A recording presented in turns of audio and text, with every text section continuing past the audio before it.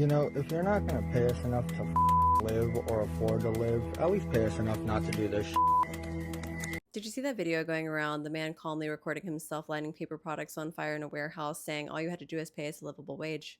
And before anyone twists this, no, I'm not saying it's okay, but what I am saying is that people don't just wake up one day and do something like this without any reason. That's desperation. That's somebody who feels like they have nothing left to lose. They're saying the damage is around $15 million. Wow.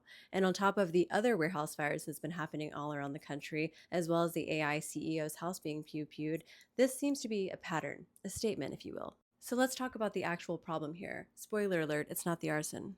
The average salary in the US is sitting around $60,000 a year. And for what we'd call what's left of the middle class, roughly $50K to $150K depending on where you live. But the cost of living in most cities, rent, food, healthcare, transportation has exploded. Current research says to live comfortably in a city today, you need roughly $100K minimum. And in a lot of places, aka cities worth living in, it's closer to $120K, just to feel like you're not drowning. So what does this mean? It means that a huge percentage of people are working full-time and still can't afford to actually live. It's not that they're lazy, it's not that people don't want to work. Everyone I know is working harder than ever, more than ever, and most everyone that I know is still stressed. That's not right, right? Now let's zoom out. 50 years ago, one income could support a household. You could work just a normal job and afford home, food, vacations, savings. Since then, productivity has skyrocketed, but wages have barely moved when you adjust for inflation.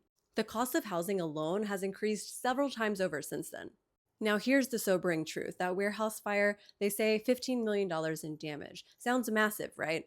But then there are CEOs in this country making at least $15 million a year, in a single year, some on bonuses alone. So the message we're all supposed to swallow is, work harder, be patient, wait your turn. Just accept your 50-cent raises that we give you every few years while watching people at the top make more in a day than you'll see in a year. And we're supposed to what? Act shocked when someone snaps? People are exhausted. They're angry, rightfully so. You can only squeeze people for so long before something gives. Revolution 101. So maybe instead of just calling it crazy, we need to start asking what kind of system creates this level of hopelessness. These corporations and the structure of society currently is beyond corrupt. The pay gap between the ultra-wealthy and even the middle class has never been wider.